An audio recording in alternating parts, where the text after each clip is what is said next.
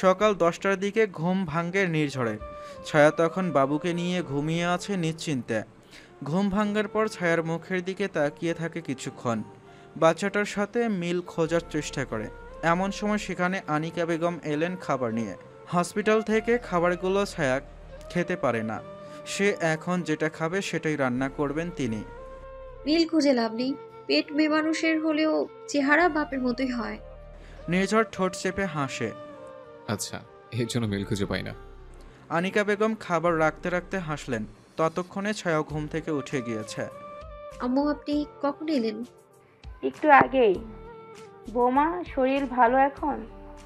আগে থেকে ভালো লাগছে। ওঠো মা, খেয়ে নাও। আনিকা বেগম বউকে উঠিয়ে হেলান দিয়ে বসায়। ব্যথা আছে? একটু। ঠিক হয়ে যাবে। নির্ঝর, যা বাবা, ওয়াইড রুম যা, ফ্রেশ হয়ে আয়। নির্ঝর ফ্রেশ হতে চলে গেলে আনিকা বেগম খাবার বের করলেন। তোর দাদি শাশুড়িকে দিয়ে রান্না করিয়েছি চুই ঝাল। জানিস, আমার দাদি বলতো এই সময় চুই ঝাল খেতে হয়, এতে নাকি দ্রুত সুস্থ হয় মা। ওমা তাই? আমার খেতে মন চাইছিল এরকম খাবার। আমি খাইয়ে দে। জিজ্ঞেস কেন করছো? আনিকা বেগম হাত ধুয়ে খাবার বেড়ে বউকে নিজের হাতে খাইয়ে দিতে শুরু করলেন। জানিস ছায়া, আমার নির্ঝর হওয়ার পর বহুদিন তোর শ্বশুর আমার তেমন খেয়াল রাখতে পেরেছিল না। দেশের কাজে এত ব্যস্ত হয়ে পড়েছিল, তখন আমার লেগেছিল পেট কাটা। সে কি যন্ত্রণা! এরপর?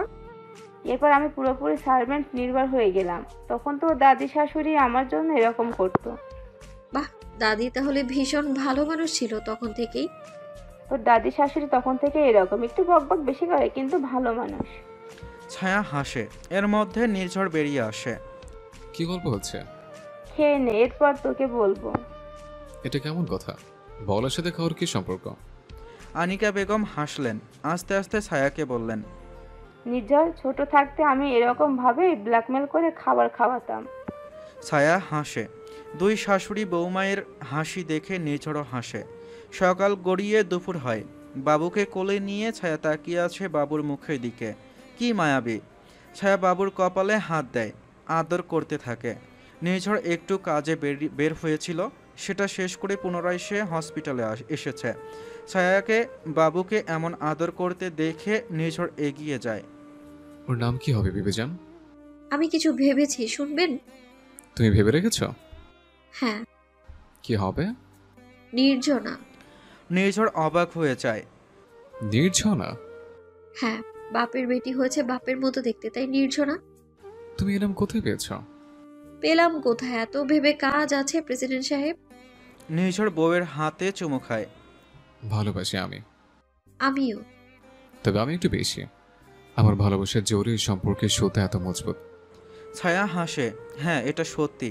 নির্ঝর ভালোবাসলে হয়তো ছায়ানির কখনোই এক হতো না। হয়তো নির্ঝর ভালো না বাসলে এই প্রেমের গল্পটাই হতো না। বেশ কিছুদিন জমিয়ে ঠান্ডা পড়েছে।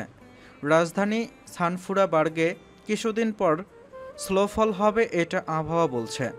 কাল বিকালে নির্ঝর তার ছোট্ট কন্যা সন্তান নির্ঝনা এবং ছায়ারানীকে নিয়ে ভিলায় প্রবেশ করেছে।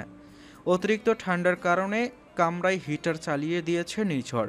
ওদিকে ছায়ারানী নীরবে ঘুমিয়ে আছে। এদিকে অনু নির্ঝনাকে কোলে নিয়ে ওকে সামলাচ্ছে। ছোট্ট নির্ঝনা চাচিকে ভীষণ পছন্দ করেছে। চাচির কোলে সে ভীষণ আরাম করে সময় কাটায়।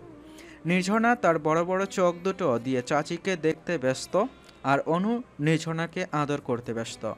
নির্ঝর বাহিরে ছিল, ভেতরে এসে নির্ঝনাকে অনুর কোলে দেখে আবার বাহিরে চলে যায়। এর মানে তার কোনো কাজ নেই। নিচে এসে দেখে অয়ন বসে আছে লিভিং রুমে। অয়নের পাশে গিয়ে নির্ঝর বসে পড়ে। কি হচ্ছে? কিছু না, ভাবছি। কি ভাবছিস? আমার বউটা বাবুকে পেয়ে আমাকে চেনে না। তুই কি আমার মেয়েকে হিংসা করছিস? না না না, ওকে হিংসা কেন করব? আমার জানতেই তো ওতেই সীমাবদ্ধ। কিন্তু আমি ভাবছি আমার যখন বাবু হবে তখনই কি আমরা দুজন আবার এরকম ঘরের বাইরে বসে সময় কাটাবো? মিসেস হান, প্লিজ দুটো গরম গরম চকলেট কফি বানিয়ে দিবেন। পাশে থাকা সার্ভেন্ট মহিলাটা মাথা নুয়ালো। জি স্যার, এক্ষুনি দিচ্ছি। অনু সোফায় পা উঠাতে উঠাতে বলল। ভালো বুদ্ধি, কফি মাথাটা সচল করবে। জানো ভাই, ইচ্ছে করে না বউ ছাড়া ঘরে থাকতে। আহারে কি কষ্ট। নির্ঝরও নিজের পা দুটো উঠিয়ে নেয় সোফায়। তারপর বলো মিস সারার কি খবর? আছে ভালোই। আদনানের ফাঁসির ব্যবস্থা করতে হবে ভাই। করব, সময় দিয়ে আরেকটু। যেমনটা ভালো বোঝো। এরই মাঝে সার্ভেন্ট কফি হাতে চলে আসে সেখানে। দুই ভাই কফিতে চুমুক দেয়। আরও নানা দেশ সংক্রান্ত কথাবার্তা বলতে বলতে দুই ভাই লিভিং রুমের সোফায় ঘুমিয়ে যায়। ভিলার লিভিং রুমটা যেমন বিশাল তেমন ওই সোফাগুলোও গতানুগতিক সাইজের থেকে বিশাল। বিকেল পেরিয়ে সন্ধ্যার সময় মিসেস আনিকা বেগম এবং রিনিতা বেগম রুম থেকে নিচে এসে দুই ছেলেকে এমন ঘুমিয়ে থাকতে দেখে অবাক। ভাবি, ওরা এখানে কেন ঘুমায়? জানি না, আমি তো মাত্র নিচে এলাম। ছায়া, অনু, এই দুটো কোথায়? সেটাও জানি না। চলো তো নির্জনের রুমে গিয়ে দেখি ভাবি। রিনিতা বেগমের সাথে সহমত হয়ে আনিকা বেগম ওপরে চলে এলেন। নিঝড়ের রুমে ছায়া তখনও ঘুমিয়ে আছে। অনু বাবুকে নিয়ে সোফায় ঘুমিয়ে গিয়েছে।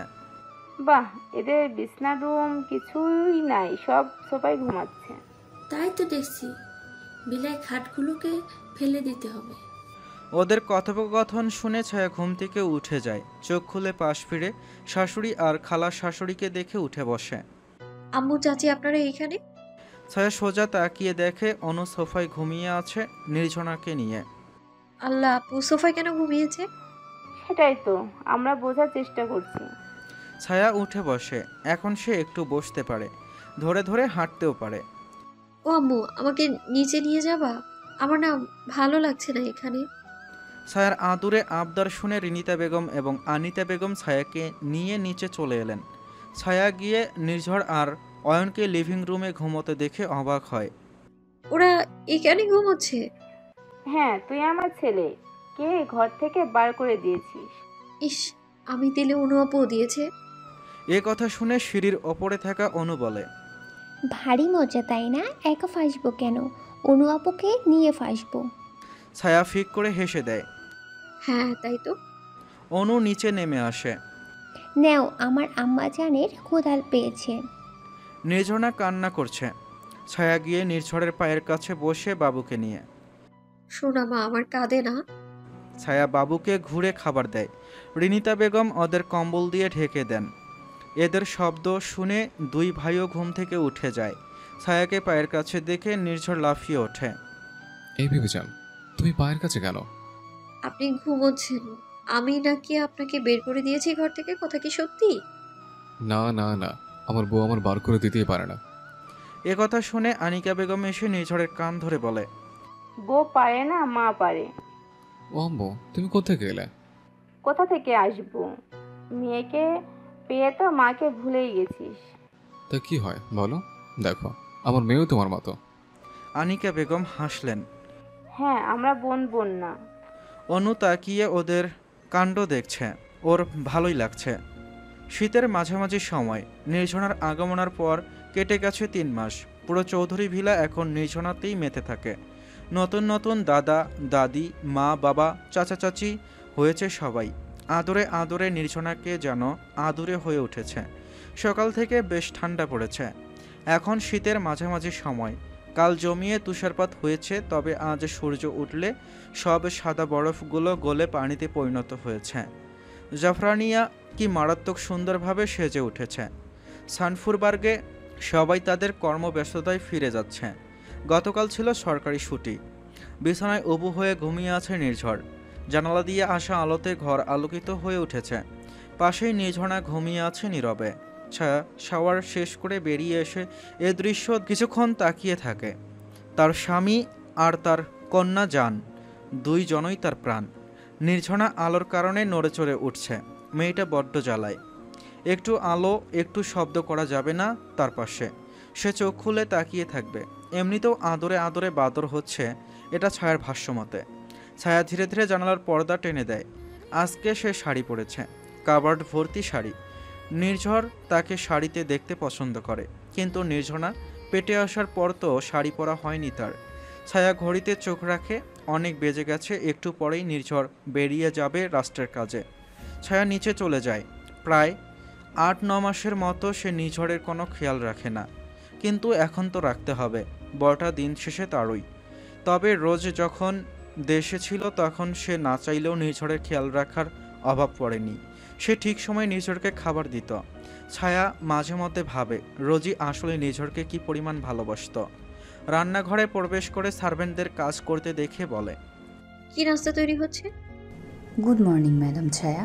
রোজ যেগুলো হয়। রোজ রোজ এক খাবার কেন হবে? আজ ভাত হবে। সার্ভেন্টরা অবাক হয়, সকাল সকাল চৌধুরী পরিবারে ভাত কেউ খায় না। ছায়া হাসে। কি ভাবছেন কেউ খায় না? আজ খাবে, শুনুন তবে রেসিপি। ছায়া রেসিপি বলে বেরিয়ে আসে। সার্ভেন্ট ওর কথা মতো সব খাবার রান্না করে টেবিলে সাজিয়ে রাখে। তখন বাজে 10টা 20 মিনিট। নির্ঝর পুরোপুরি রেডি হয়ে মেয়েকে কোলে নিয়ে নিচে নামছে।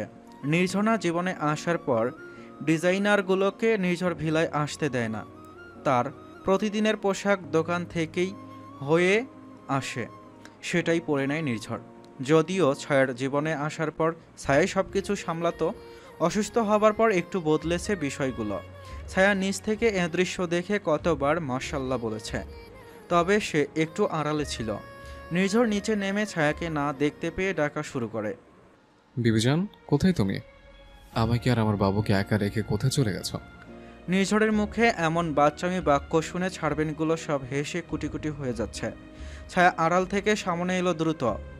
পাগল আপনি, কি সব বকে যাচ্ছেন? সবাই হাসবে তো, এটা কোনো কথা? আপনি যে একজন প্রেসিডেন্ট, ভুলে যান আপনি? তুমি আমার বউ, পুরো দেশ শাসন করে বলে কি তোমাকে শাসন করব নাকি? নির্ঝনাকে ছায়ার কোলে দেয়। ওর ক্ষুধা পেয়েছে, আর আমারও। টেবিলে খাবার দেয়া, খেয়ে নিন। তুমি ওকে খাইয়ে এসো, এরপর একসাথে খাবো। তাছাড়া অয়নও আসবে। আচ্ছা। ছায়া ওপরে চলে যায় বাবুকে নিয়ে। বাবুকে ঘুম পাড়িয়ে নিচে এসে দেখে সবাই চলে এসেছে। ছায়া জয়েন করলে সবাই খাওয়া শুরু করে। ছায়া একবার তাকিয়ে দেখে এই সেই পরিবার যেখানে না আসার জন্য ছায়া কত কি করেছে। ছায়া কত পালাতে চেয়েছে, কিন্তু পারেনি কোনোভাবেই। এই পরিবার একটা সময় তার কাছে দম বন্ধের মতো লাগতো। আজ দেখো তারা তার জন্য অপেক্ষা করছে খাবার টেবিলে। ছায়ার মা রাবেয়া বেগম ঠিকই বলেছিল, মারে মানিয়ে নিলে সবই ঠিক হয়ে যাবে। ছায়া জানে তার মা তাকে সবসময় সৎ বুদ্ধি দিয়েছে। বাচ্চা অবুঝ মন তখন না বুঝলেও এখন বোঝে সংসার কি। ছায়াকে নিশ্চুপ থাকতে দেখে অনুকোণই দিয়ে মৃদু আঘাত করে। কি গো মেয়ে, এমন চুপচাপ কেন? কিছু না, ভাবছিলাম একটা কথা। পরে ভেবো, খেয়ে নাও, ভাইয়া বের হবে তো।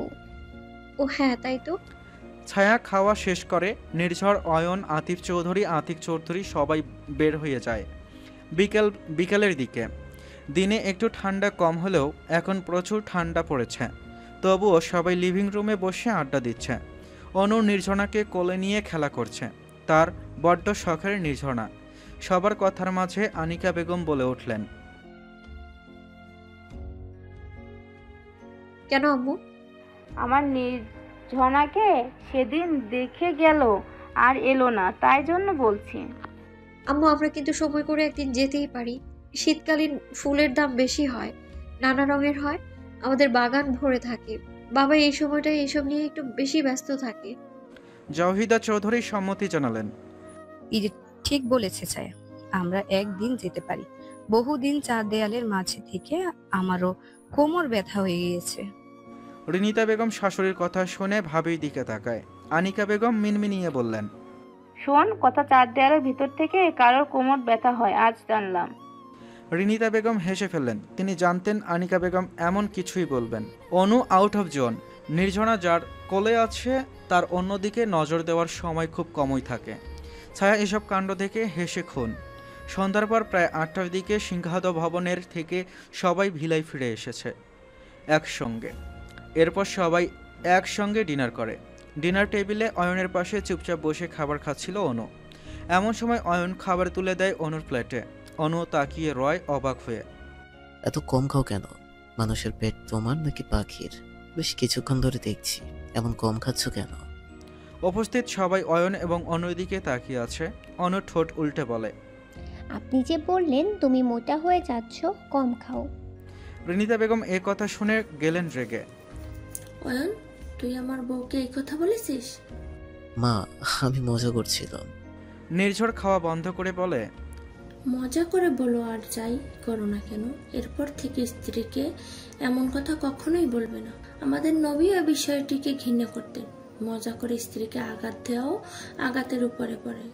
দুটো চর দিলে অনুর মনে থাকতো না, কিন্তু এই কথাটা অনুর মনে আছে, কারণ কথার আঘাত বড্ড বেশি যন্ত্রণার হয়। অয়ন মাথা নুয়ালো। এরপর অনুর প্লেটে পর্যাপ্ত খাবার তুলে দিল।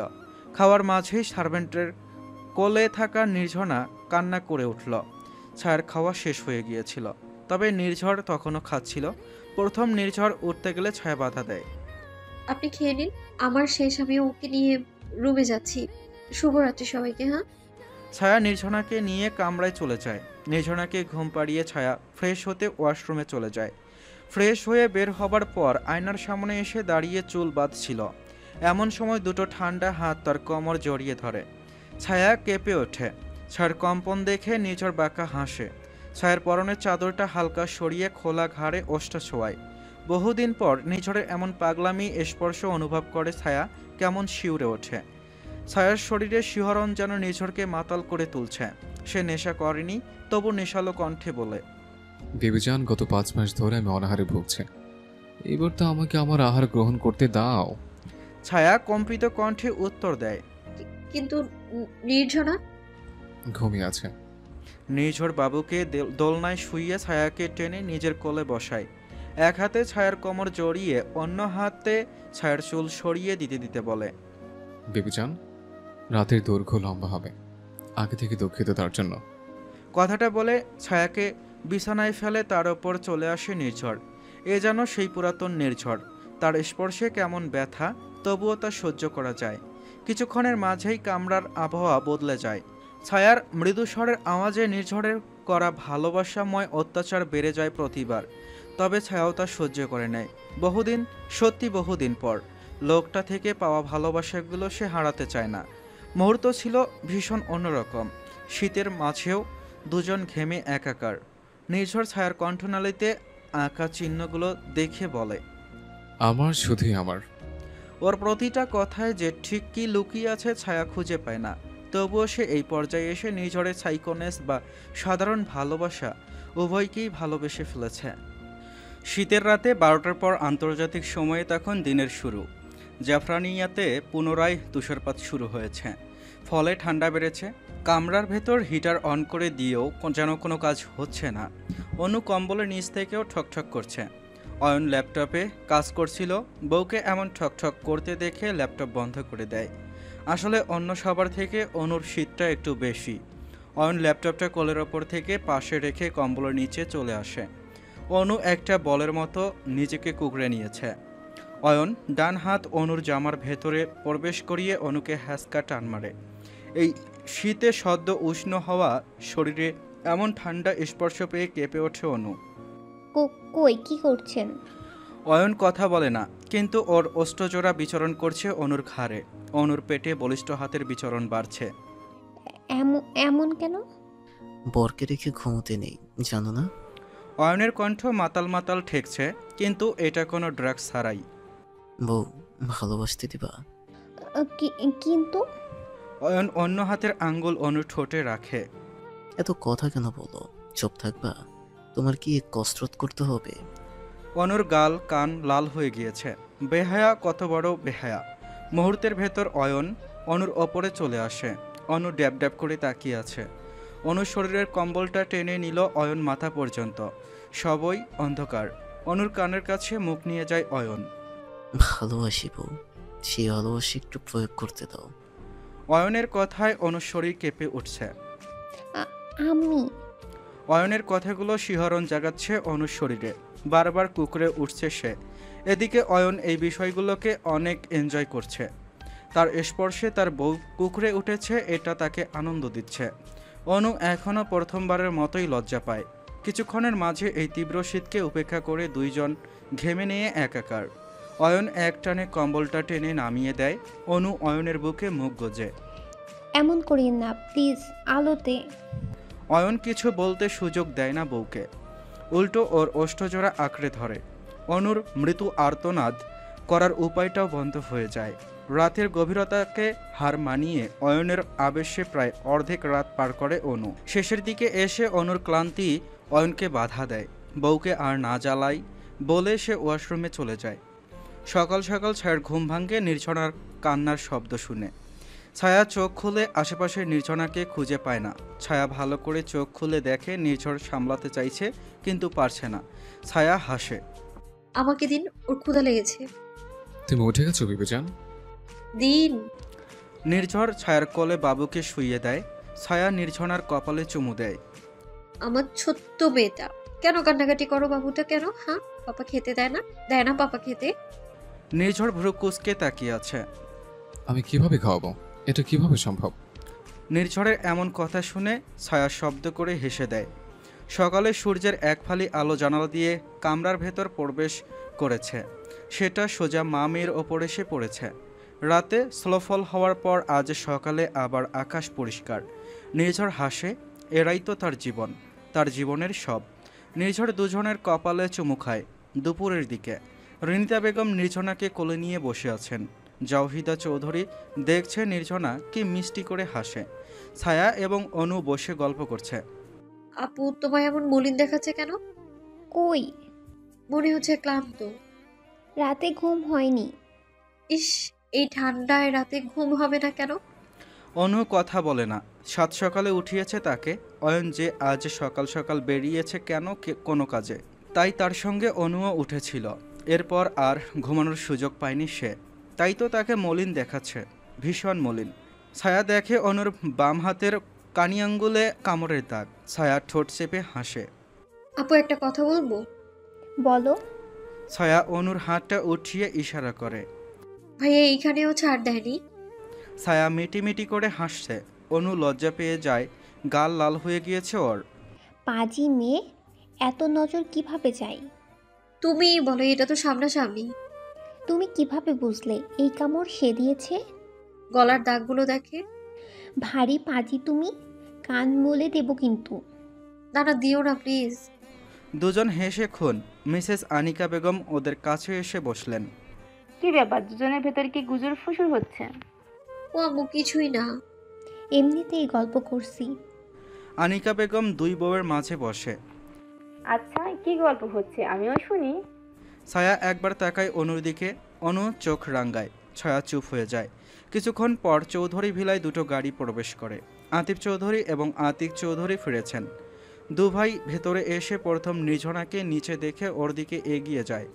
নির্ঝনাকে স্পর্শ করার আগে আনিকা বেগম বলেন, এই যে দুই ভাই বাহির থেকে এসেছেন, ফ্রেশ হয়ে আসুন, আমার নাতনিকে এভাবে ধরতে দেব না আমি। আতিফ চৌধুরী দাঁড়িয়ে গেলেন। ও হ্যাঁ, তাই তো, ফ্রেশ হই নাই এখনো, যাই ফ্রেশ হয়ে আসি। আনিকা বেগম হাসলেন। জাওহিদা চৌধুরীও মিটিমিটি হাসলেন। এ পরিবারে বউদের কথা শুনে চলাটা পরম্পরা। বউদের মিষ্টি কথাগুলো শুনলে পাপকে, এতে সংসারে শান্তি ফেরে। দিনের বেশিরভাগ সময় অতিবাহিত হয়েছে সিঙ্গাপুর। রোজই নিজের ব্যাগ প্যাক করে ফেলেছে। সে দেশে ফিরবে কাল। বহুদিন বিদেশের মাটিতে আছে, আর ভালো লাগে না। আজ রাতটা সে হ্যারির সঙ্গে কাটাবে। হ্যারি সুন্দর সারপ্রাইজ প্ল্যান করেছে তার জন্য।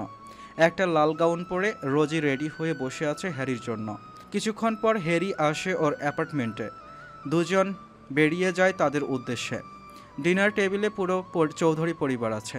সার্ভেন্ট সার্ভ করছে খাবার। অন্য পাশে একটি মেয়ে সার্ভেন্ট নির্ঝনাকে কোলে নিয়ে দাঁড়িয়ে আছে।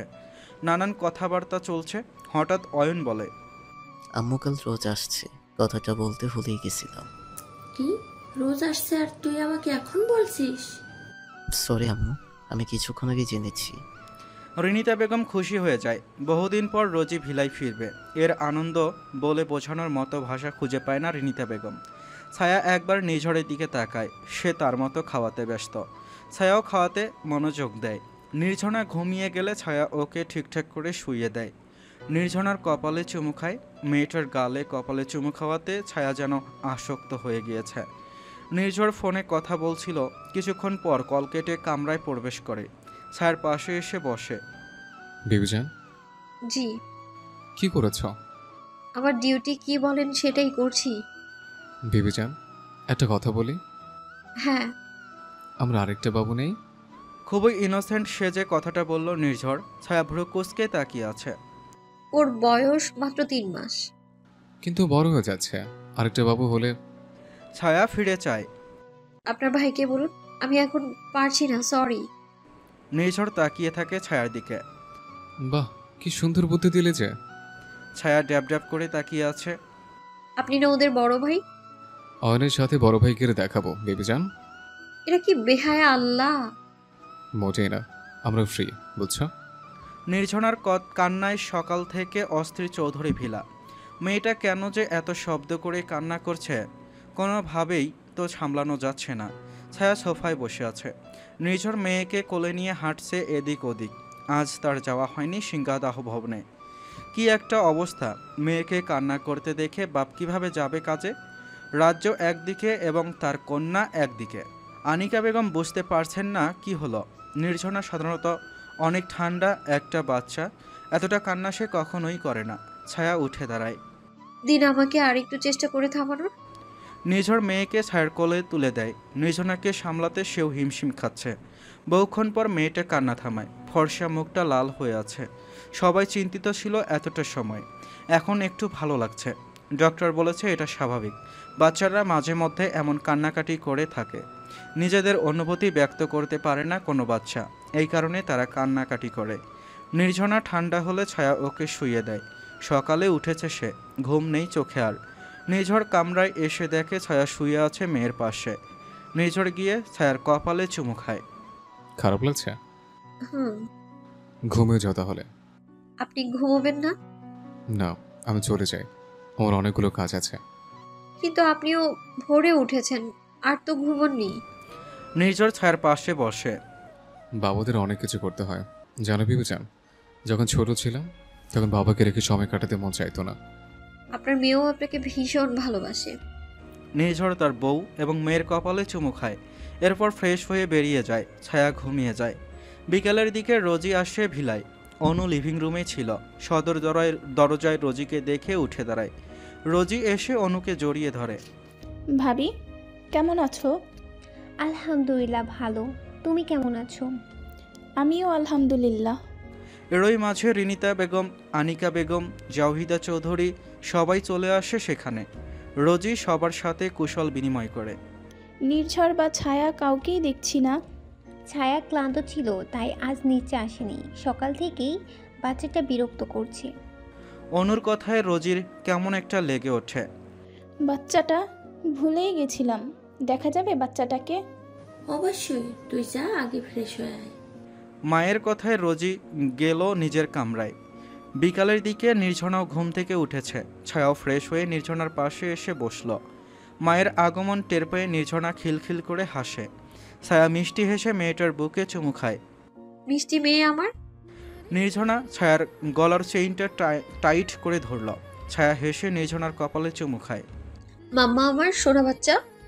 ছায়ার প্রতিটা চুমুতে নির্ঝনা হেসে দিচ্ছে। ছায়াও মেয়ের সঙ্গে খেলতে ব্যস্ত। এমন সময় হঠাৎ দরজায় টোকা পড়ে। ছায়া ফিরে যায়। রোজি দাঁড়িয়ে। মেয়েটা আগে থেকে সুন্দর হয়েছে। আসবো? ছায়া উঠে বসে। এসো না। রোজি এগিয়ে আসে। রোজি প্রথম নির্ঝনাকে দেখে, একেবারে নির্ঝরের ফটোকপি। মাশাল্লাহ, একেবারে নির্ঝরের মুখশ্রী। ছায়া হাসে। ওকে একটু নেব? হ্যাঁ অবশ্যই। ছায়া নির্ঝনাকে রোজির কোলে তুলে দেয়। রোজি ওকে নিয়ে বসে।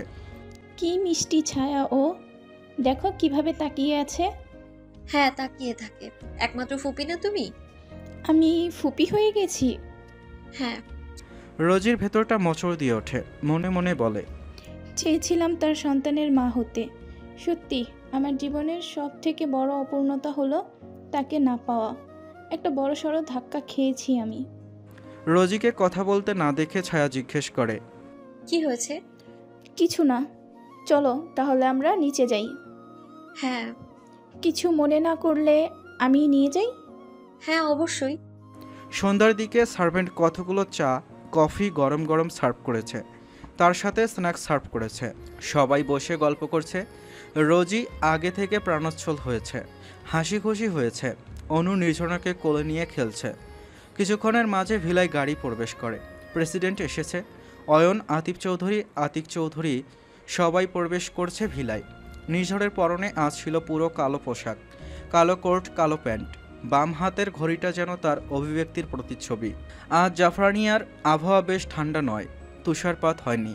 আজ রোদ ছিল অনেকটা সময় ধরে, তাই শীতের প্রভাব কিছুটা কমেছে। এখন কমবে শীত, সামনে গ্রীষ্মকাল আসছে। নিঝড় যখন ভিলায় প্রবেশ করে, গার্ডসরা সবাই মাথা ঝুঁকিয়ে বো করে ওকে। নিঝড় সোজা ভিলায় প্রবেশ করে দেখে লিভিং রুমে সবাই বসে। নিঝড় ছায়ার দিকে তাকায়, ছায়া হেসে দেয় নিঝড়কে দেখে। নিঝড়ও হাসে। আসছি, ফ্রেশ হয়ে আসে।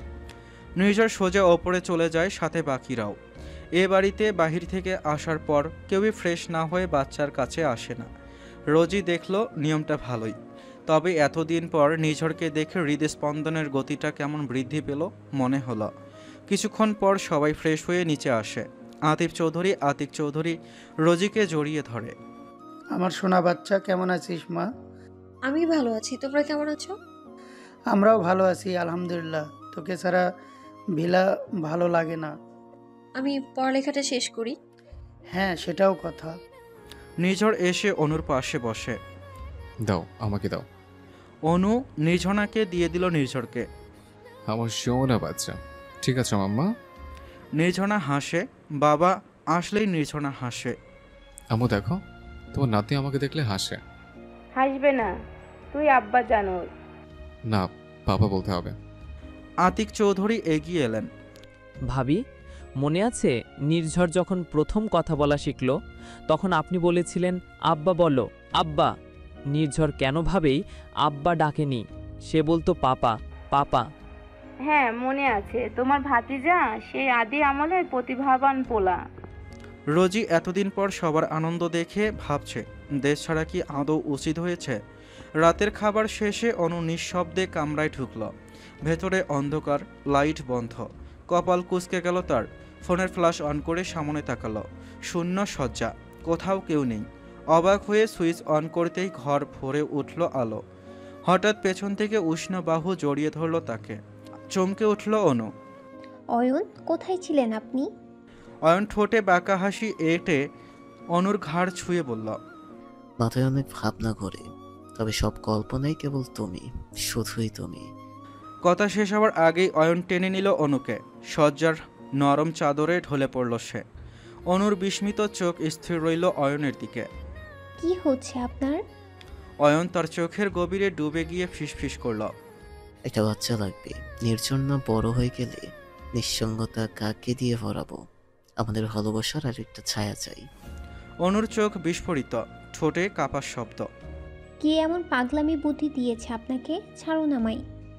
অয়ন মৃদু হাসল। বউ, ধরাটাই তো ছাড়ার মতো এক খেলা। কোনো উত্তর দেবার সময় পেল না অনু।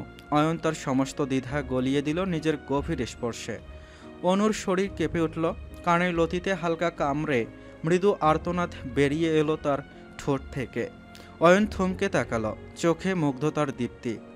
তোমার এই শব্দগুলো ভয়ানক মধুর। অনু আর কিছু বলতে পারল না। তার সমস্ত সত্তা ধীরে ধীরে গলে গলে অয়নের ভালোবাসার অঙ্গিতে। রাতটি হয়ে উঠল অনন্ত, যেন সময়ের সব ঘড়ি থেমে গেছে কেবল তাদের জন্য। বেশ কিছুদিন কেটে গেছে, রোজি ভিলাই এসেছে। এ পর্যন্ত সব ঠিকঠাক আছে। আজ বেশ মেঘলা মেঘলা দিন। এটাই হয়তো শেষ শীতের দিন। এরপর তেমন শীত পড়বে না, বসন্ত আসবে, এরপর গ্রীষ্ম।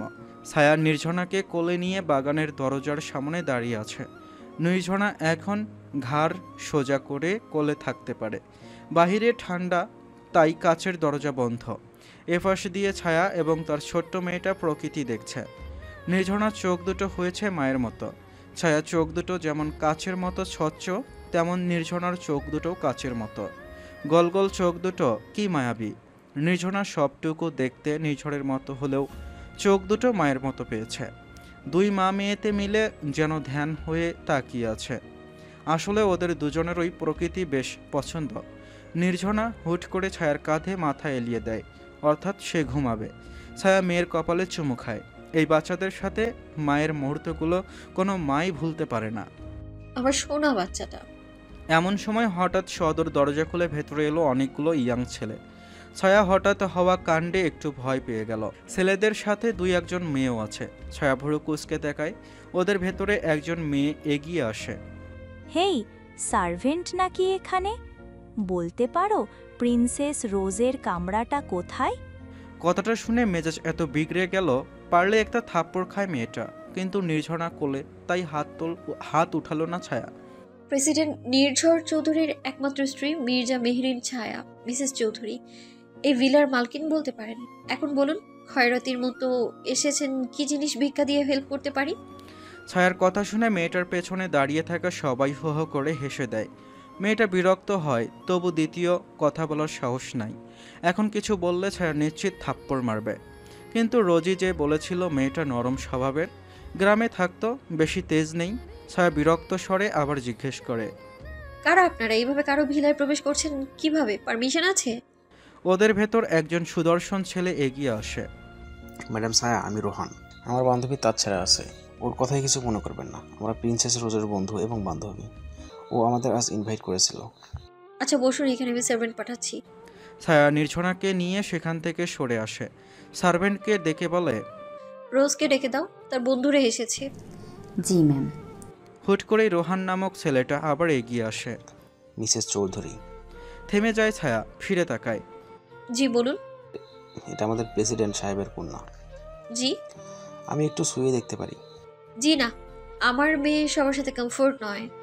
কথাটা বলে ছায়া কামরার দিকে চলে যায়। যদিও ছায়ার ব্যক্তিত্ব এত রুড নয় কখনোই, তবুও সে এমন আচরণ করলো কারণ ওর সাথে প্রথম ভালো আচরণ করা হয়নি।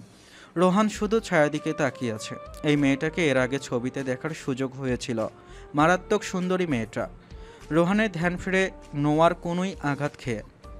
এই, হ্যাঁ বলো। কি দেখছিস? দেখছি মেয়েটাকে।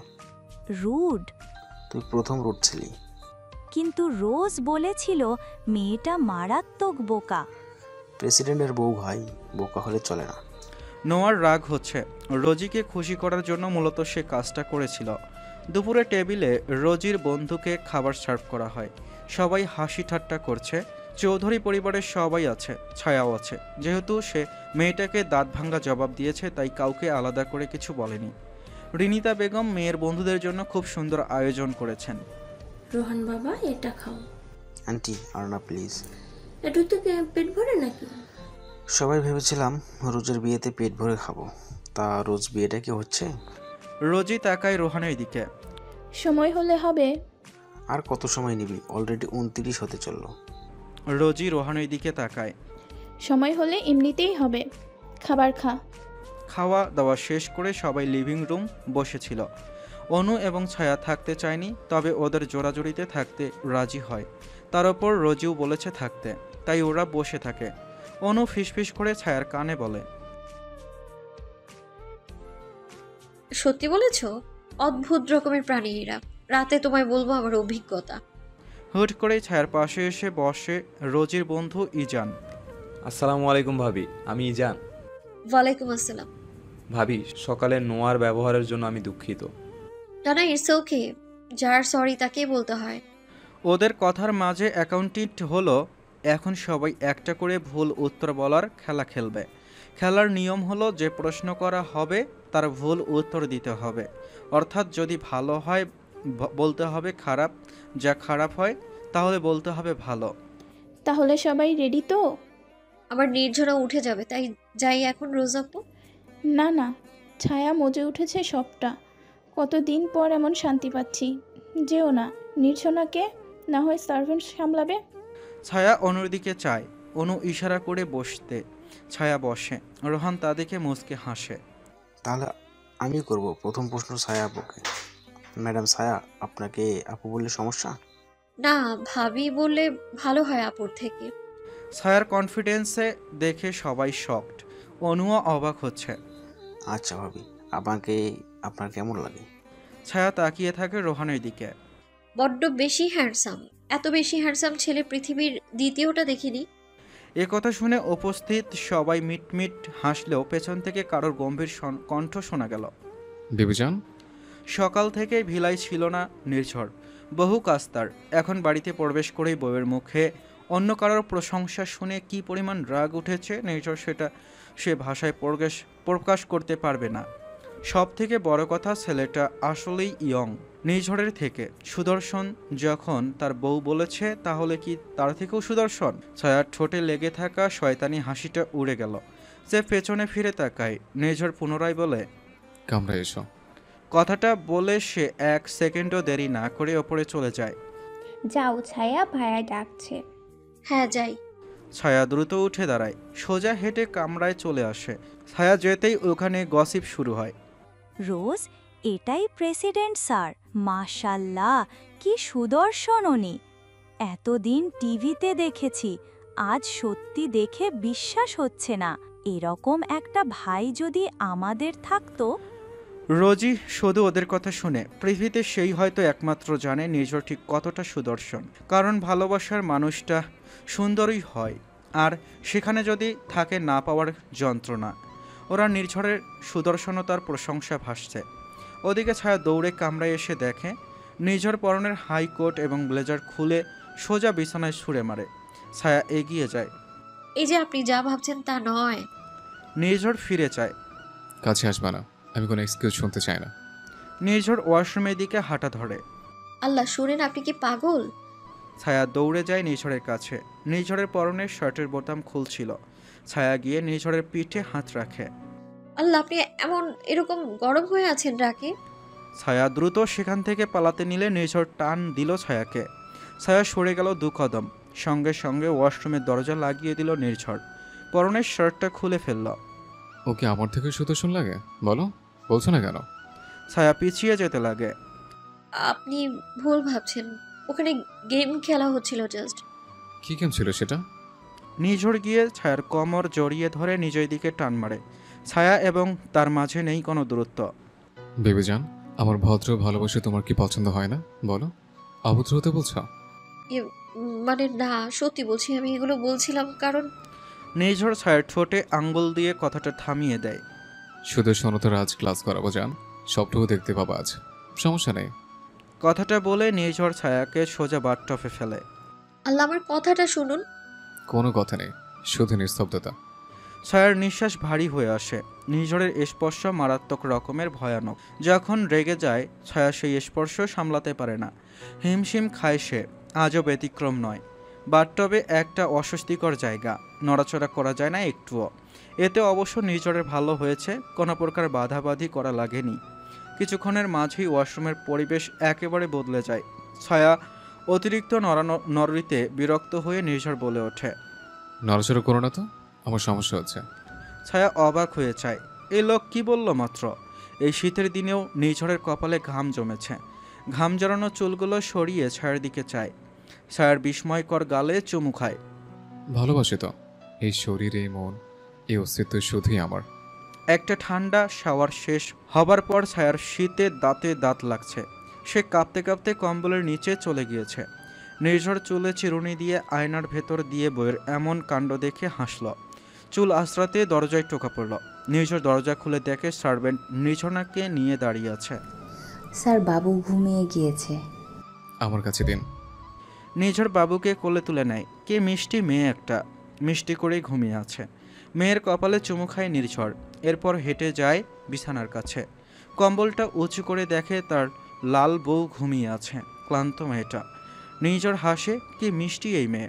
নির্ঝর ধীরে নির্ঝনাকে ছায়ার কোলের ভেতর শুইয়ে দেয়। ছায়া একটু চোখ খোলে। রিল্যাক্স, নির্ঝনাকে নাও। ছায়া টেনে নেয় মেয়েকে। নির্ঝর সেখানে বসে তাকিয়ে রয় বউ বাচ্চার দিকে। মারাত্মক মায়াবী মেয়েটা। ক্লান্ত হলে বউকে যদি এত সুন্দরী লাগে, তবে সে রোজ কসরত করে বউকে ক্লান্ত বানাবে। কথাগুলো ভাবতেই নিজ থেকে হেসে ফেলে নির্ঝর। এরপর দুজনের কপালে চুমু খায়।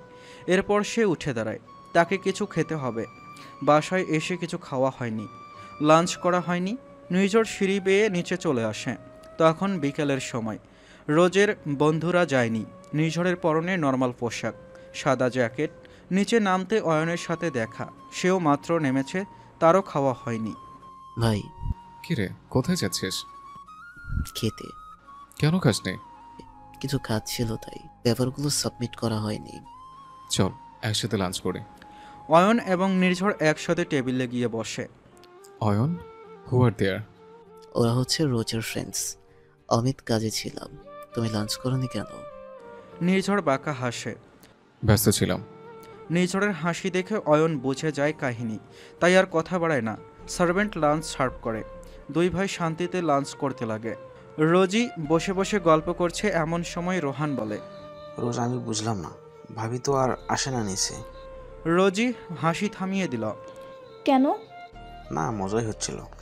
নিজের অপমান শুনতে মজা হচ্ছিল? তা নয়, মেয়েটা বসে থাকলেই। রোজই চোখ বড় বড় করে তাকায়। রোহান থেমে যায়। চাঁদকে হাতে পাওয়া যায় রেহান, সে সুন্দরী, তাই তো সে প্রেসিডেন্টের স্ত্রী। বুঝিস না কেন? এসব নিয়ে কথা বলিস না। নির্ঝর বড্ড পসেসিভ। সরি। রোজি মাথা নাড়ায়। তখন আসে রোজির ফোনে হ্যারির ফোন। রোজি ফোনটা পিক করে উঠে যায়। এক্সকিউজ মি গাইজ, ফোনটা একটু তুলে আসি। নির্ঝর এবং অয়ন লাঞ্চ শেষ করে কামরায় যেতে নিলে রোজি থামিয়ে দিল। আমার ফ্রেন্ডস ওরা, তোমাকে একটু দেখতে চাই নির্ঝর। ছবি তুলতে পারবো না। লাগবেও না, এত রুড তুমি। আমি রুড নই। গোটা দেশ না জানুক, আমি জানি তুমি কেমন। নির্ঝর ভুরু কুঁচকে তাকায়। রোজি হাসে। নির্ঝরকে সবার সাথে পরিচয় করিয়ে দেয়। সবাই খুবই খুশি নির্ঝরকে সামনে থেকে দেখে। সন্ধ্যার দিকে চারদিকে নিস্তব্ধতা ঘিরে এসেছে। জাফরানিয়ার ব্যস্ত মানুষগুলো ফিরে যাচ্ছে বাড়িতে। কাল একটা ছুটির দিন। জাফরানিয়ার একটা বিষয় খুবই ভালো, এখানে কেউ কারোর বিষয়ে চিন্তা করে না, অযথা নাক গলায় না। কারোর এত সময় নেই অন্য কারোর বিষয়ে কথা বলবে। যে যার মতো সকালে কাজে বের হয়, রাতে বাড়িতে ফিরে পরিবারকে সময় দেয়। এক্ষেত্রে একটা বিষয় হলো মহিলারাও কাজ করে, অফিসে থাকে বেশিরভাগ সময়। তবে প্রেসিডেন্টের পরিবারের কোনো মহিলার বাইরে যাওয়াটা রিস্ক হয়ে যায়, কারণ এই পরিবারের ওপর সবসময় শত্রুর নজর থাকে। কোথা থেকে কি হয়ে যায়, এই জন্য তারা বাহিরে যায় না কাজে। তবে তাদের এ খোঁটা দেওয়ার মতো কেউ নেই যে তোমরা খাবে কি আমরা না দিলে। ওরা হচ্ছে নারী, নারীর অবস্থান সর্বদা রাজার পাশেই হবে। ছায়া ঘুম থেকে উঠে নির্ঝনার কান্না শুনে। ওলে আমার সোনা মা, কি হয়েছে আমার বাচ্চাটা? ছায়া মেয়েকে কোলে তুলে নেয়। নির্ঝনা ডায়পার নষ্ট করে ফেলেছে। ছায়া উঠে বসে। তখনই কামরায় আসে নির্ঝর। বিউজান, কি হয়েছে? ওকে পরিষ্কার করতে হবে। তুমি থাকো, আমি করছি। নির্ঝর দ্রুত নির্ঝনাকে কোলে তুলে নেয়। নির্ঝনাকে ওয়াশরুমে নিয়ে পরিষ্কার করিয়ে দেয়। ছায়া তাকিয়ে দেখে তার বরটার কি মারাত্মক ভালো দিকগুলো এই ছোট্ট ছোট্ট কেয়ার। ছায়া তাকিয়ে আছে বিছানা থেকেই। নির্ঝর বেবিকে তোয়ালে পেঁচিয়ে রুমে নিয়ে আসে। ছায়ার কোলে দেয় বাবুকে। নাও, খাইয়ে দাও। ডায়পার দিন ওখান থেকে। হ্যাঁ। বিয়ের পর বাচ্চা হয়ে গেলে এসবই কাজ। নির্ঝর বাবুকে ডায়পার পরিয়ে দেয়, এরপর ছায়ার পাশে বসে। বিউজান, হুম। আমাদের বিয়ের অনেকগুলো দিন কেটে গেল, তাই না? হ্যাঁ, সত্যি অনেকগুলো দিন কেটে গেল। আমাদের প্রথম দেখার কথা মনে আছে? ভোলা যায় বেহায়া লোক, আপনি আব্বার সামনে আমায় চুমু খেয়েছিলেন। ওটা দ্বিতীয় দেখা ছিল। কেউ দ্বিতীয় দেখায় কোনো মেয়েকে চুমু খায়? হ্যাঁ, খায়, যদি সেটা পুরুষের ব্যক্তিগত সম্পত্তি হয় তবে। পচা লোক। মোটেই না, আমি জেন্টলম্যান। ইস, আমার জেন্টলম্যান এই জীবনে কটা থাপ্পড় মেরেছেন খেয়াল আছে? বেশি না, 4 কি 6টা। ছায়া আর চোখে তাকায়। নির্ঝনা মাঝে মধ্যে কুরুশ কুরুশ দিচ্ছে। নির্ঝর হেসে দেয়। কি মারাত্মক সুন্দর এই শব্দটা। কথা ঘুরেছেন প্রেসিডেন্ট সাহেব? মোটেই না। এটা নির্জন প্রহর, যেখানে শুধু তাদের অস্তিত্ব বিরাজমান। ভালোবাসা জীবনকে রঙিন করে দেয়, আবার এই ভালোবাসায় মানুষকে ধ্বংস করে দিতে পারে। সঠিক মানুষ পৃথিবীকে সুন্দর করে তোলে। অনু বসে কফিতে চুমুক দিল মাত্র, কিন্তু হুট করেই এই কফি তার প্রচণ্ড বিরক্ত লাগতে শুরু করলো। কফি তার ভীষণ প্রিয় ছিল। সন্ধ্যায় কফি না খেলে তার ভালোই লাগে না। না, হুট করেই অনু দৌড়ে গেল ওয়াশরুমে। বউ, কি হয়েছে? অনু মুখ তোলে। জানি না, বুঝতে পারছি না। অয়ন অনুকে ফ্রেশ হতে সাহায্য করে। এরপর অনুকে পাজা কোলে তুলে বিছানায় শুইয়ে দেয়। অনুর মাথায় হাত রাখে। কিছু আজে খেয়েছিলে? না। তাহলে? কফি খেতে যাচ্ছিলাম। আমি ডক্টরকে কল করছি। আমার কেমন অস্বস্তি হচ্ছে অয়ন। অয়ন বউয়ের কপালে চুমু খায়। শোনা বউ আমার, ঠিক হয়ে যাবে। আমি এক্ষুনি ডক্টরকে কল করছি। ছায়া নির্ঝনাকে কোলে নিয়ে দাঁড়িয়ে আছে। ভিলার প্রায় সবাই আছে এখানে। রোজের ফ্রেন্ডসরা চলে গিয়েছে। অয়ন পায়চারি করছে। ছায়া অয়নকে পায়চারি করতে দেখে বলে, থামেন ভাইয়া, আপু ঠিক হয়ে যাবে। এত ভয় কেন পাচ্ছেন? ভাবি আমার কেমন লাগছে? স্বাভাবিক, প্রথমবার হয়েছে কি না? নির্ঝর সেখানে উপস্থিত হয়। হ্যাঁ, আমার মতো হার্ট অ্যাটাক করিসনি তো, এই জন্য বুঝবি না। ছায়া আর চোখে তাকায়। আমি আপনাকে হার্ট অ্যাটাক করিয়েছি? বহুবার। দুজনের খুনসুটি অয়নের কাছে কেমন লাগছে, কিন্তু ওরা তো জানে অনুর কি হয়েছে, তাই বিষয়টা গায়ে মাখছে না। অয়ন ছায়ার কাছে এগিয়ে এসে দাঁড়ায়। দিন ভাবি, ওকে আমাকে দিন। ছায়া নির্ঝনাকে দিয়ে দেয়। অয়ন নির্ঝনাকে কোলে নিয়ে ছায়ার দিকে তাকিয়ে আছে। ছায়া বুঝতে পারছে অয়নের মনের মাঝে কি চলছে। ছায়া অয়নের কাঁধে হাত রাখে। মিষ্টি নিয়ে এসো, সব ঠিকঠাক হবে। বলছেন? একেবারে সত্যি বলছি, বিশ্বাস করুন। অয়ন ছায়ার হাত ধরে রেখেছে শক্ত করে। ভাবি আমার ভয় করছে। ছায়া হাসে। এত ভয় পেয়ে কি লাভ বুঝি না আমি। দেখবেন মিষ্টি প্রথম আমিই খাবো। দেখেন আমার নির্ঝনা কেমন তাকিয়ে আছে। অয়ন নির্ঝনার গালে চুমু খায়। কিছুক্ষণ পর ডক্টর বেরিয়ে এসে সবাইকে দাঁড়িয়ে থাকতে দেখে অপ্রস্তুত হয়ে যায়। নির্ঝর এগিয়ে যায়। ডক্টর, আপনি বলুন, সমস্যা নেই। আর এমনি সময় এক জায়গায় থাকি। হ্যাঁ, মাননীয় দেশপ্রধান, congratulations, she is pregnant. Ayon কথাটা শুনে চোখ বড় বড় করে নেয়। ছায়া ফিক করে হেসে দেয়। দেখেছেন, আমি বলেছিলাম। অয়ন খুশিতে আত্মহারা। নির্ঝনাকে ছায়ার কোলে দিয়ে সে গিয়ে জড়িয়ে ধরে মা এবং চাচিকে। ছায়াও খুশি হয়ে গিয়েছে। নির্ঝর এসে ছায়ার পাশে দাঁড়ায়। অয়ন গিয়ে নির্ঝরকে জড়িয়ে ধরে, এরপর ছায়াকেও। ভাবি আমার তো কান্না আসতেছে। ধুর, খুশির সংবাদ, আমাকে মিষ্টি খাওয়ান। অয়ন খুশিতে গদগদ। অনু বিছানায় হেলান দিয়ে বসে আছে। সবাই দেখা করে গিয়ে বেরিয়ে গেছে। অয়ন দরজা বন্ধ করে এগিয়ে আসে বিছানার কাছে। বউ। অনু একটু লজ্জা পায়। অয়ন অনুর হাতে হাত রাখে। বউ, এত সুন্দর অনুভূতি আমার কখনো হয়নি।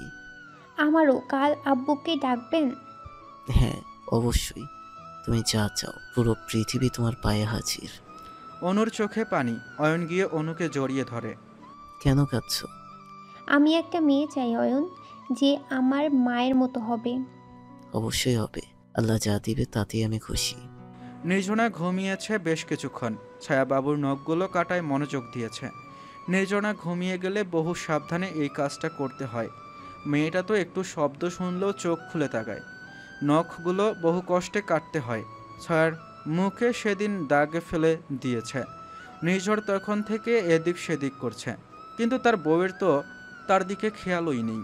নির্ঝর বিরক্ত হয়ে ছায়ার পাশে এসে বসে। কি হচ্ছে? ছায়া চোখ বড় বড় করে তাকায় নির্ঝরের দিকে। ঠোঁটে হাত দিয়ে চুপ করতে বলে। উঠে গেলে আপনাকে দিয়ে পাহারা দেওয়াবো কিন্তু। নির্ঝর সে চাহনি দেখে ভয় পেয়ে গিয়েছে। ধীরে সেখান থেকে উঠে দাঁড়ায় নির্ঝর। বিছানায় আসবেন না।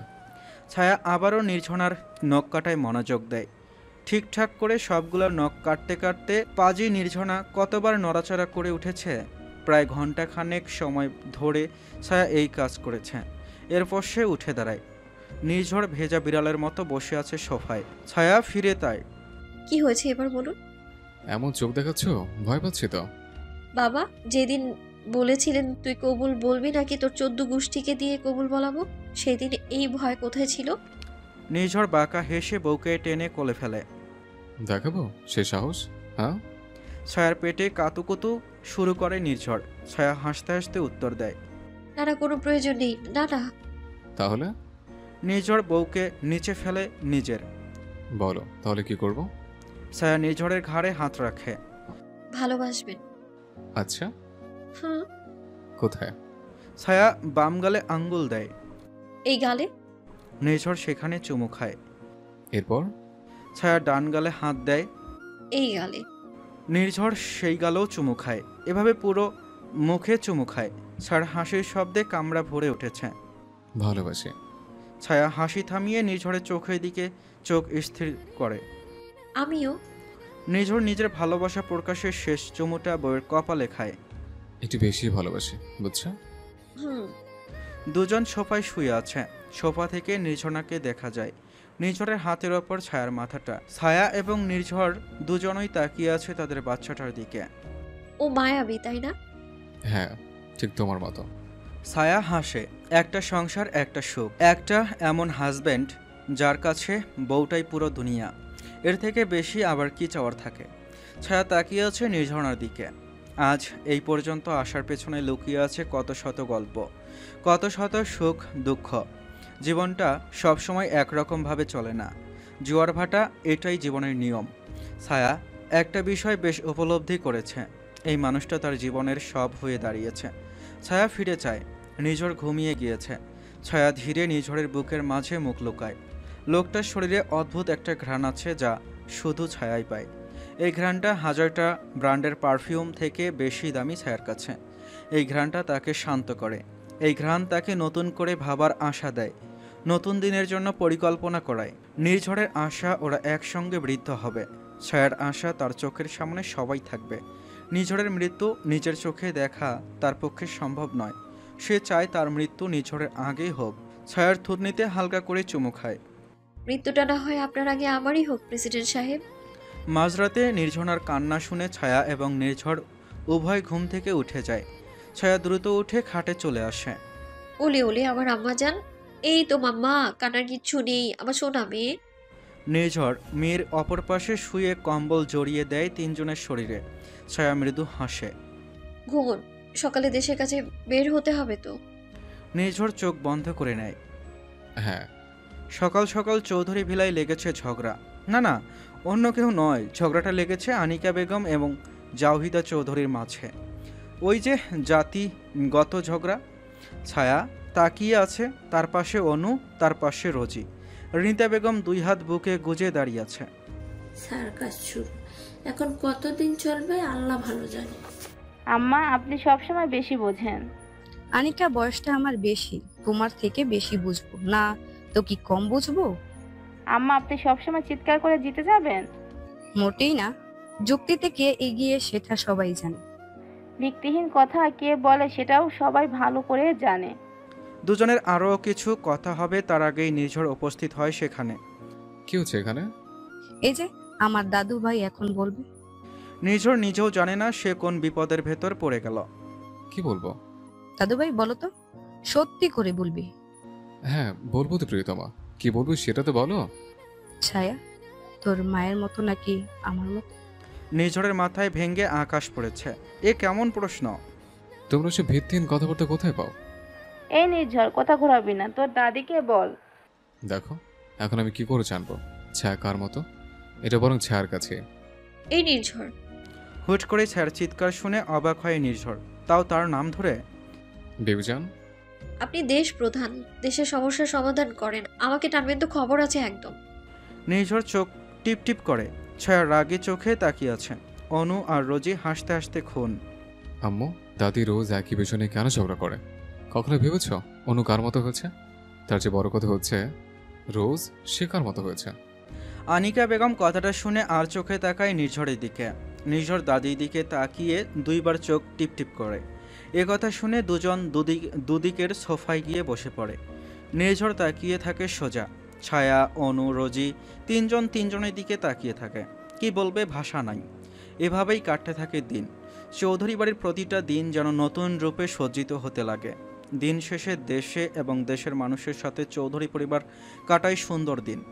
এভাবেই চোখের পলকে কেটে গেল গোটা 6টা বছর। জাফরানিয়ার হেমন্তের সেই দিনগুলো চলে এসেছে। ম্যাপল পাতার দৃশ্য অসম্ভবভাবে মোহিত করেছে সবাইকে। ম্যাপল পাতার ফাঁক দিয়ে সদ্য দিগন্তের উদিত হওয়া সূর্যের রক্তিম আলো উকি দিচ্ছে। নির্ঝর এবং ছায়া গাড়ির সাথে হেলান দিয়ে দাঁড়িয়ে আছে। আজ ওদের 8তম বিবাহবার্ষিক। বদলেছে অনেক কিছু। প্রেসিডেন্ট সাহেবের বয়স এখন 36। ছায়া রানী এখন 26-এর একজন মেয়ে মানুষ।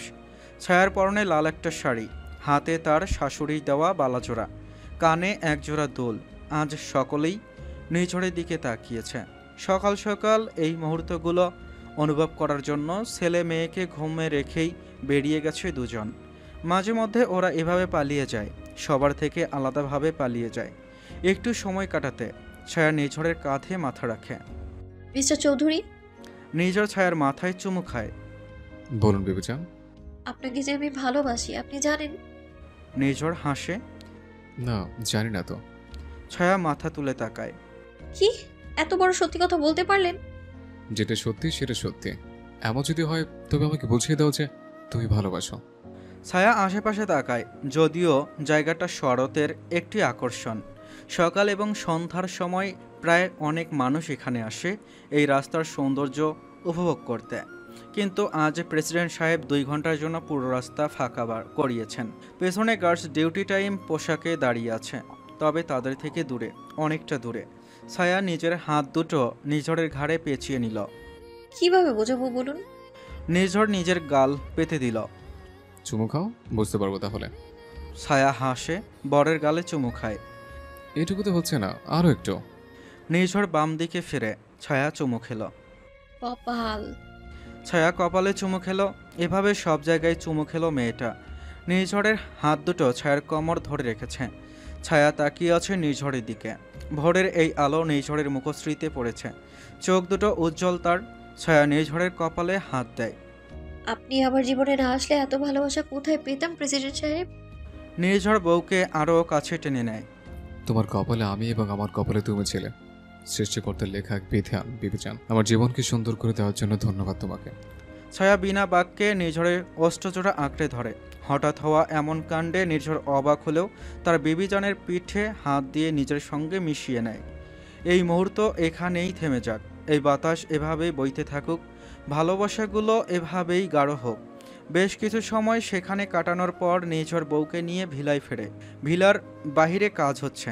প্রথমত আজ রোজির কলমা হবে হ্যারির সাথে, দ্বিতীয়ত আজ ওদের বিবাহ বার্ষিক। ছায়া গাড়ি থেকে নেমে সোজা ভিলায় প্রবেশ করে। সে ভেতরে যেতেই তার 4 বছরের ছেলে জায়ান তাকে জড়িয়ে ধরে। মাম্মি। ছায়া ছেলেকে কোলে তুলে নেয়। জায়ান আমার সোনা বাচ্চা, ব্রেকফাস্ট করেছে আমার বাচ্চাটা? ইয়েস, আমি ব্রেকফাস্ট করেছি মাম্মি। ছায়া ছেলের গালে চুমু খায়। আমার সোনা বাচ্চা। নিঝড় ভেতরে প্রবেশ করে। My little tiger. জায়ান বাবার কোলে চলে যায়। বাবা, আপু সকালে বলেছে আজকে বিশেষ দিন। তবে আজ কি দিন বাবা? আপু ঠিক বলেছে, আজ বিশেষ দিন। আজ থেকে 8 বছর আগে তোমার মাম্মি এই বাড়িতে প্রবেশ করেছে তোমার বাবার হাত ধরে। কিন্তু এর আগে মাম্মি কোথায় ছিল? এর আগে মাম্মি নানা এবং নানির সঙ্গে ছিল। তাহলে মাম্মি এখানে 8 বছর আগে এসেছে? হ্যাঁ। ওয়াও, সত্যি তাহলে এই দিনটা অনেক স্পেশাল। একেবারে অনেক স্পেশাল। তোমার মাম্মি এদিন এই বাড়িতে এসে আমাকে তোমাদের মতো কিউট বাচ্চা উপহার দিল। মাম্মি কিভাবে উপহার দিল বাবা? মাম্মি কি আমাদের নিয়ে এলো? নিঝড় ছেলের কথা শুনে হেসে ফেলে। হ্যাঁ, এর পেছনে বাবাও কসরত করেছে। ছায়া চোখ বড় বড় হয়ে যায় নিঝড়ের কথা শুনে। জায়ান, এসো বাবা, মাম্মি তোমায় ফ্রেশ করিয়ে দেব। বাট মাম্মি, আমি তো বাবার কথা শুনছি। পরে শুনবে, এসো। জায়ান ভদ্র ছেলে, মায়ের সঙ্গে সে কামরায় চলে যায়। নিঝড় সেখানে দাঁড়িয়ে হাসছে। এরই মাঝে দুজন সার্ভেন্ট ফাইজা এবং ফায়াজকে নিয়ে উপস্থিত হয় সেখানে। নিঝড় এবং ছায়ারানীর এখন 4 ছেলে মেয়ে। ফায়াজের বয়স 1 বছর, ওরা যমজ। নির্ঝনার এখন 6 বছর বয়স। এরপর হলো জায়ান, ওর বয়স 4 বছর। এরপর ফাইজা। নির্ঝর বাচ্চা দুটোর কাছে আসে। আমার সোনা বাচ্চা দুটো।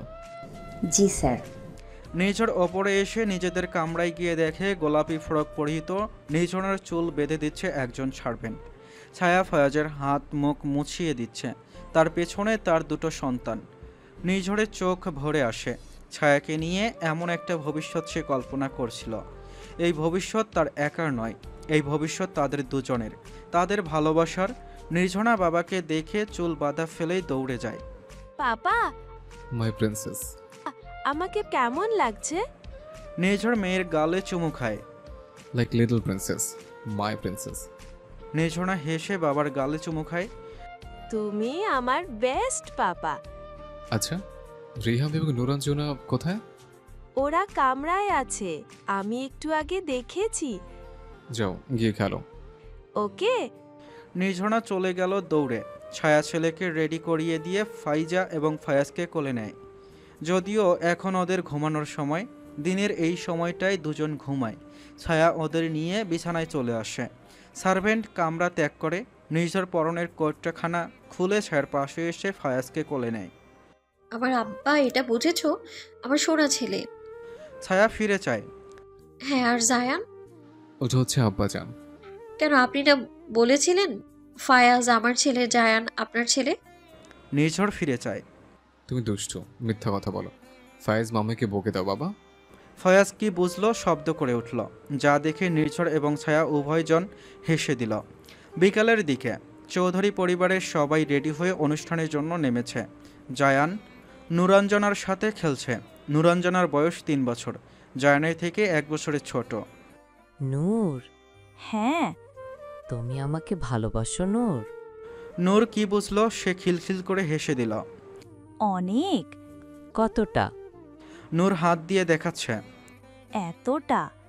চলো তাহলে আমরা একটা বাড়ি বানাই যেখানে আমরা থাকব। দুজন মিলে প্লাস্টিকের ডাইস দিয়ে ঘর বানাচ্ছে। এদিকে ওদের প্রায় ঘর ভর্তি খেলনা, কিন্তু দুজন ডাইস দিয়ে খেলতে বেশি ভালোবাসে। নির্ঝনা নিচে এসে দুজনকে ঘর বানাতে দেখে এগিয়ে যায়। হেই, তোমরা কি করো? আমার ঘর বানাই। আমাকে নিবা খেলতে? জায়ান বোনের দিকে তাকায়। নিব, কিন্তু এই ঘর শুধু আমার এবং নুরাঞ্জনার, ঠিক আছে? নির্ঝনা কথাটা শুনে ভ্রুকুঞ্চকে তাকায়। কেন কেন? আমি আর রিহাম তাহলে কোথায় থাকবো? তোমরা বানিয়ে নিবা। নির্ঝনা ভাইয়ের কথা শুনে সেখান থেকে উঠে দাঁড়ায়। যাও, আমি বানিয়ে নেব ঘর। হু। এভাবেই ওরা খেলে। দুষ্ট মিষ্টি কথায় ওদের ভিলা পরিপূর্ণ থাকে। রোজি রেডি হয়ে নিচে নেমে দেখে সব বাচ্চারা নিচেই আছে। রিহাম রোজের হাত ধরে নিচে নেমেছে। ওই যে তোমার নির্ঝনা আপু, যাও গিয়ে খেলো। ধন্যবাদ ফুপ্পি। রিহাম গিয়ে ওদের জয়েন করে। অনু এসে রোজির পাশে দাঁড়ায়। রোজ এসো, তোমায় দিকে যে একসঙ্গে বসবা না, ছবি তুলবা না? হ্যাঁ, আসছি। ভিলার বাগানে সব আয়োজন করা হয়েছে। নির্ঝর এবং ছায়া দুজন কিছুক্ষণ ছবি তুলল। এখন ওরা কেক কাটবে। তার আগে অয়ন মাইক্রোফোন নিয়ে স্টেজে উঠে আসে। আজকের এই বিশেষ দিনে ভাই ভাবির সম্পর্কে কিছু বাক্য বলবে। আমরা সবাই বসে আছি সেটা শোনার জন্য। নির্ঝর অবাক হয়ে যায়। সে তো এমন কিছুই বলেনি। অয়ন চোখ মারে। মন থেকে বলো, দেখে ভাবিকে কতটা ভালোবাসো। নির্ঝর মাইক্রোফোনটা হাতে নিয়ে বলে, তোর মতো ভাই থাকলে শত্রু লাগে না। অয়ন দাঁত কেলিয়ে নেমে আসে স্টেজ থেকে। ছায়া তাকিয়ে আছে নির্ঝরের দিকে। নির্ঝর মাইক্রোফোন হাতে নিয়ে ছায়ার দিকে তাকায়। আসসালামু আলাইকুম সবাইকে। আজ আমার জীবনের এক অনন্য দিন। আজ আমাদের দাম্পত্য জীবনের 8 বছর পূর্ণ হলো। বেবিজান, তুমি আমার জীবনের সেই মানুষ যার হাত ধরে আমি প্রতিটি পথ সহজ মনে করেছে। সুখে দুঃখে ঝড় বৃষ্টিতে তুমি ছিলে আমার পাশে। আমি জানি আমি সবসময় নিখুঁত ছিলাম না, কিন্তু তুমি তোমার ভালোবাসা দিয়ে আমার সব ভুল ঢেকে দিয়েছ।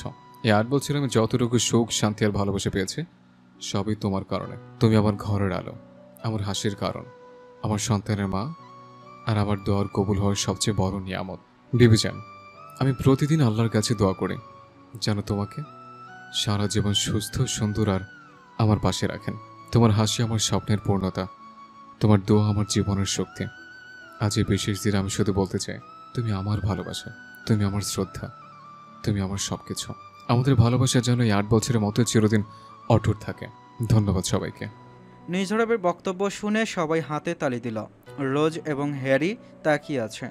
রোজের এখন শান্তি লাগে, এখন আর কষ্ট হয় না।